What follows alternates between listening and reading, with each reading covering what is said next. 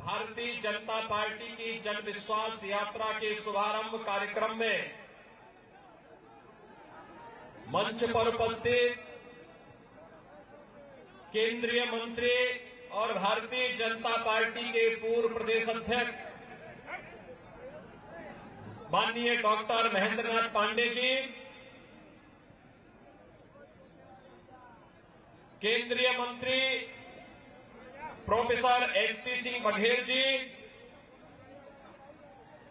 केंद्रीय मंत्री और इस क्षेत्र के प्रभारी माननीय अर्जुन राम मेघवाल जी, बरेली के लोकप्रिय सांसद पूर्व केंद्रीय मंत्री माननीय संतोष गंगवार जी,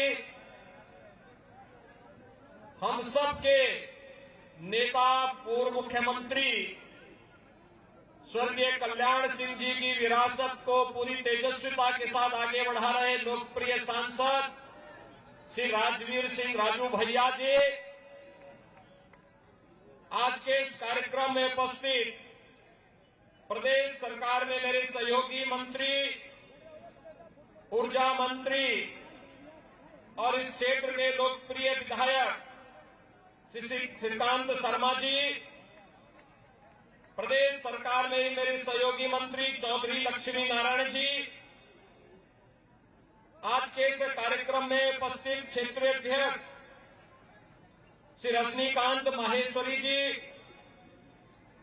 प्रदेश महामंत्री श्री अश्वनी त्यागी जी, सह प्रभारी संजीव चौरसिया जी, प्रदेश संगठन के सह महामंत्री श्री करमवीर जी, विधान परिषद के सदस्य श्री मानवेंद्र सिंह जी, जिला पंचायत अध्यक्ष चौधरी किशन सिंह जी, उत्तर प्रदेश कोऑपरेटिव बैंक के अध्यक्ष चौधरी तेजवीर सिंह जी, व्यापारी कल्याण बोर्ड के अध्यक्ष श्री रविकांत गर्ग जी, महापौर मुकेश आर्य बंधु जी, विधायक श्री कारिंदा सिंह जी, विधायक पूर्ण प्रकाश जी, बाल संरक्षण आयोग के अध्यक्ष देवेंद्र शर्मा जी, जिला कोऑपरेटिव बैंक के अध्यक्ष श्री मेघ श्याम सिंह जी, जिलाध्यक्ष मथुरा श्रीमती मधु शर्मा जी, जिलाध्यक्ष मथुरा महानगर श्री विनोद अग्रवाल जी, प्रदेश मंत्री श्रीमती अंजुला माहौर जी, विजय सिंह हरे जी, हेमंत राजपूत जी, विनोद चौधरी जी, शिवराज सिंह जी, पुष्पेंद्र शर्मा जी, ब्रज बहादुर उपाध्याय जी, आज के इस कार्यक्रम में उपस्थित भारतीय जनता पार्टी के सभी पदाधिकारीगण, भारी संख्या में उपस्थित सभी ब्रज क्षेत्र से जुड़े हुए उपस्थित भाइयों बहनों, मैं सबसे पहले वृंदावन बिहारी लाल की इस पावन भूमि को कोटि कोटि नमन करते हुए मैं प्रातः आने के बाद पहले भगवान श्री कृष्ण की जन्मभूमि पर ही दर्शन करने के लिए गया और वहां का आशीर्वाद लेने के बाद फिर आपके बीच में भाइयों बहनों में आया हूं। आज 19 दिसंबर है। 19 दिसंबर को मैं ब्रज भूमि पर 19वीं बार आया हूं।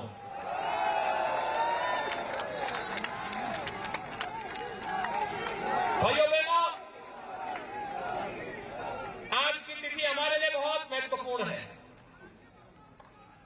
गोवा मुक्ति का दिवस तो है ही, लेकिन आज के दिन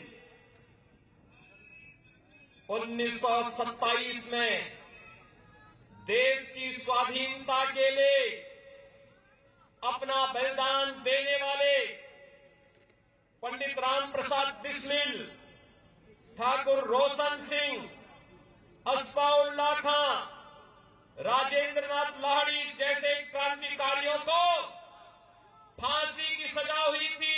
निरंकुश ब्रिटिश हुकूमत को उखाड़ने के क्रांतिकारियों ने उस कालखंड में ज्वलंत जगाई थी।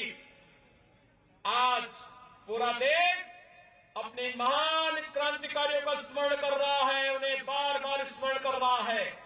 और इसलिए आज जन विश्वास यात्रा केंद्र और प्रदेश सरकार की विकास की यात्रा को जन विश्वास में बदलने के लिए, जनता जनार्दन का आशीर्वाद प्राप्त करने के लिए एक बार फिर प्रदेश के 6 स्थानों से प्रारंभ हो रही है। और मैं सौभाग्य मानता हूं कि भगवान श्री कृष्ण की इस पावन धरती पर मुझे इस यात्रा का शुभारंभ करने का सौभाग्य प्राप्त हुआ है। भाइयों बहनों, मैं यहां पर, मेरे लिए यह धरती इसलिए भी महत्वपूर्ण है क्योंकि इस वर्ष के प्रारंभ में यहां पर हमारे दोनों मंत्री, यहां के विधायक, दोनों विधायक और यहां की माननीय सांसद, ब्रज तीर्थ विकास परिषद, यहां के प्रशासन, यहां के पूज्य संतों के आशीर्वाद से पहली बार भव्य वैष्णव कुंभ यमुना मैया के तट पर करने का सौभाग्य यहां प्राप्त हुआ था और उस आयोजन में मुझे जुड़ने का अवसर प्राप्त हुआ था। तब भी मैं यहां आया था और अभी पिछले दिनों भी मैं आया था। भाइयों बहनों, ये वही धरती है, याद करिए, ब्रज की यह धरती जहां का रज रज कण कण भगवान कृष्ण की लीला से भरी पड़ी है, राधे रानी की लीला से भरी पड़ी है। हमारे लिए तीर्थ है, पवित्र है ये भूमि। लेकिन पिछली सरकारों में क्या होता था? ये यही धरती है, कोसी कला का दंगा यहां का कोई व्यक्ति भूला नहीं होगा। कोसी कला में क्या होता था, जवाहर बाग में क्या होता था। पहले जवाहर बाग की घटना होती थी, कोसी कला का दंगा होता था। आपने देखा होगा। भाइयों बहनों, आप याद करिए, पिछले 4.5 वर्ष के अंदर आज हमारी सरकार को 4.5 वर्ष भी पूरे हो रहे हैं और 4.5 वर्ष के दौरान प्रदेश के अंदर कोई दंगा भी नहीं हुआ, एक भी दंगा नहीं हुआ, कोई पलायन नहीं हुआ। जो व्यापारी, जो प्रताड़ित हिंदू पिछली सरकारों में 14 वर्षों की प्रताड़ना के दौरान पेशेवर माफिया और अपराधियों के द्वारा यहां से भगाए गए थे, वह व्यापारी, वह उद्यमी और वह हिंदू वापस अपने घरों को आया है और बड़ी शान के साथ अपने घरों में रह रहा है। आज कोई व्यापारी और कोई हिंदू प्रदेश से पलायन नहीं करता है। आज पलायन होता है प्रदेश से पेशेवर अपराधी और माफियाओं का। आज पलायन होता है उन लोगों का। क्यों पीड़ा है सपा, बसपा और कांग्रेस को? कल आपने देखा होगा, देश के यशस्वी प्रधानमंत्री आदरणीय मोदी जी ने देश के सबसे बड़े एक्सप्रेसवे का शिलान्यास शाहजहांपुर में किया। ब्रज क्षेत्र में ही पड़ता है क्षेत्र, और शाहजहांपुर में बड़ा आयोजन, लाखों की संख्या में लोग आए थे प्रधानमंत्री जी को सुनने के लिए। और प्रधानमंत्री जी ने उस समय इस बारे में कहा कि गंगा एक्सप्रेसवे उत्तर प्रदेश के विकास की रीढ़ बनेगी। लेकिन जिन लोगों को विकास अच्छा नहीं लगता, उन लोगों ने प्रधानमंत्री जी के ट्वीट पर गलत, प्रधानमंत्री जी के वक्तव्य पर गलत ट्वीट किए। जिन लोगों को प्रदेश का विकास अच्छा नहीं लगता था, वे लोग अनर्गल प्रलाप करते हैं। भाइयों बहनों, प्रधानमंत्री मोदी जी के लिए भारत की 135 करोड़ जनता ही परिवार है, लेकिन कांग्रेस, सपा, बसपा के लिए उनका अपना व्यक्तिगत परिवार ही प्रदेश या देश है। उस व्यक्तिगत परिवार से ऊपर वे सोच भी नहीं सकते हैं। उन लोगों से आप क्या उम्मीद करते हैं? जिन लोगों के पास संकुचित दृष्टि है, वे विकास के इस मॉडल को नहीं स्वीकार कर सकते, विकास के इस मॉडल को कैसे सराहना कर सकते हैं। और यही तो कारण है कि जब डबल इंजन की सरकार विकास कराती है, उन लोगों को तब भी अच्छा नहीं लगा था जब मथुरा वृंदावन नगर निगम घोषित हुआ था। उनको तब भी अच्छा नहीं लगा था जब ब्रज तीर्थ विकास परिषद का गठन हुआ था। उनको तब भी अच्छा नहीं लगा था जब ब्रज तीर्थ विकास परिषद के सभी तीर्थों के साथ साथ मथुरा में मदिरा और मांस की दुकानों को बंद किया गया था। उनको तब भी अच्छा नहीं लगा था, तब भी उनको अच्छा नहीं लगा था। और उनको तब भी अच्छा नहीं लग रहा था जब मुजफ्फरनगर के दंगाइयों के खिलाफ सरकार कार्य कर रही थी। उनको तब भी अच्छा नहीं लगता है जब हम किसी गरीब को फ्री राशन योजना का लाभ देते हैं। जब प्रधानमंत्री मोदी जी देश के 135 करोड़ जनता को फ्री वैक्सीन, सबको वैक्सीन का लाभ देते हैं, उनको तब भी अच्छा नहीं लगता है। उनको तब भी अच्छा नहीं लगता है जब प्रदेश के अंदर सुरक्षा का बेहतर वातावरण और देश के अंदर देश की सीमाएं सुरक्षित होती हैं, तो विपक्ष को वह अच्छा नहीं लगता है। जब दंगाइयों पर सख्ती की जाती है तो कांग्रेस, सपा और बसपा को अच्छा नहीं लगता है। उनको अच्छा क्या लगता है?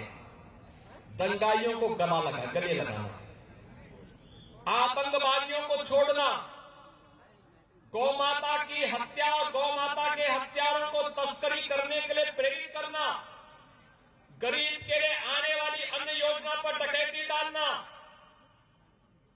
विकास के कार्यों में लूटपाट करना, आस्था के साथ खिलवाड़ करना।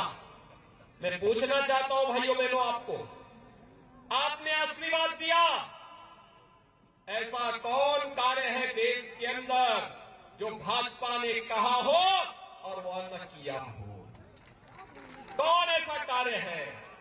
मोदी जी ने कहा सबका साथ सबका विकास, तो सबका साथ सबका विकास, एक गरीब को मकान मिल जाना, यही हमारे लिए राम राज्य है।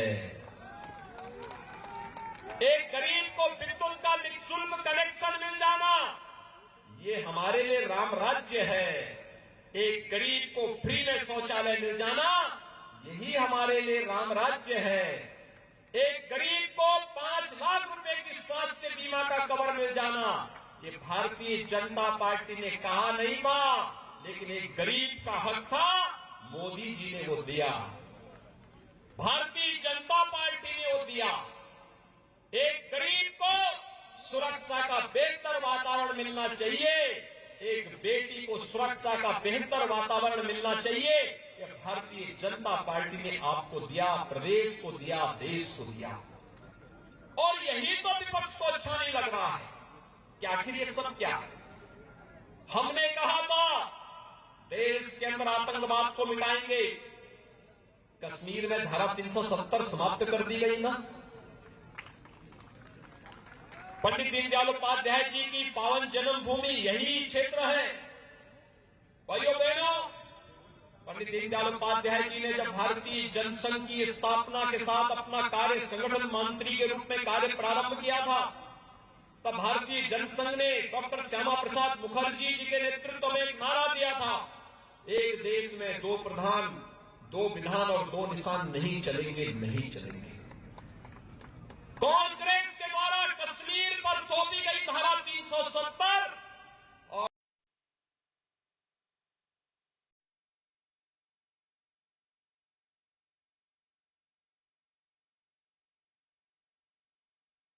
यात्रा में इस वक्त आप सुन रहे थे सीएम योगी आदित्यनाथ को। एक तरफ जहां पर मध्य प्रदेश के मुख्यमंत्री शिवराज सिंह चौहान को सुन रहे थे, तो मथुरा में इस वक्त सीएम योगी आदित्यनाथ धारा 370 को सदैव के कूड़े के ढेर में डाल करके एक भारत श्रेष्ठ भारत की परिकल्पना को साकार किया। कश्मीर में धारा 370 को हटाने का आप समर्थन करते हैं? एक बार दोनों हाथ उठा करके मेरे साथ बोलेंगे, क्या समर्थन करते हैं? तो जोरों से बोलेंगे, भारत माता की, भारत माता की। भाइयों बहनों, पिछले चुनाव में